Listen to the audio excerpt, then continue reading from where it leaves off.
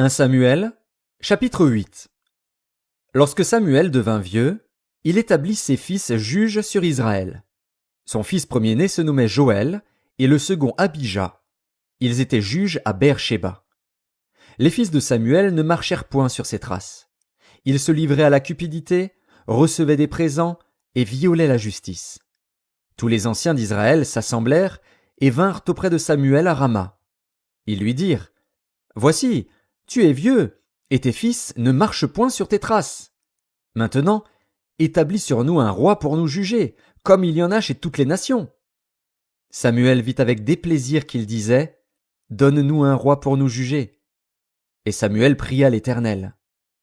L'Éternel dit à Samuel: Écoute la voix du peuple dans tout ce qu'il te dira, car ce n'est pas toi qu'il rejette, c'est moi qu'il rejette, afin que je ne règne plus sur eux.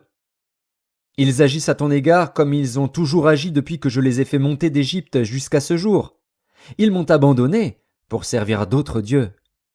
Écoute donc leur voix, mais donne-leur des avertissements et fais-leur connaître le droit du roi qui régnera sur eux. Samuel rapporta toutes les paroles de l'Éternel au peuple qui lui demandait un roi. Il dit: Voici quel sera le droit du roi qui régnera sur vous. Il prendra vos fils, et il les mettra sur ses chars et parmi ses cavaliers, afin qu'ils courent devant son char. Il s'en fera des chefs de 1000 et des chefs de 50, et il les emploiera à labourer ses terres, à récolter ses moissons, à fabriquer ses armes de guerre et l'attirail de ses chars. Il prendra vos filles pour en faire des parfumeuses, des cuisinières et des boulangères. Il prendra la meilleure partie de vos champs, de vos vignes et de vos oliviers, et la donnera à ses serviteurs. Il prendra la dîme du produit de vos semences et de vos vignes, et la donnera à ses serviteurs. Il prendra vos serviteurs et vos servantes, vos meilleurs bœufs et vos ânes, et s'en servira pour ses travaux. Il prendra la dîme de vos troupeaux, et vous-même serez ses esclaves. Et alors vous crierez contre votre roi que vous vous serez choisi, mais l'Éternel ne vous exaucera point. Le peuple refusa d'écouter la voix de Samuel.